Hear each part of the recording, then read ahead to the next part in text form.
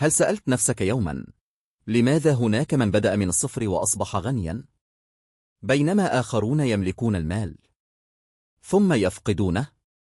الجواب في جملة واحدة: الفقير ليس دائما جاهلا، لكن الغني لا يتوقف عن التعلم، لأن الغني لا ينفق على رفاهية، بل ينفق على تطوير عقله. في كتاب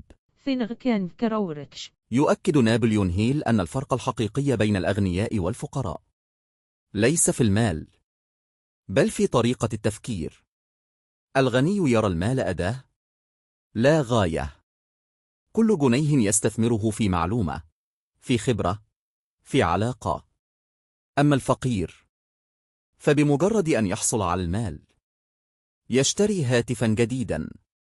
إن أردت أن تتغير فابدأ بأول ما يجب تغييره: طريقة تفكيرك. واسأل نفسك قبل أي إنفاق: هل هذا يضيف إلي أم يستهلكني؟ كانت هذه دقيقة نتغير فيها.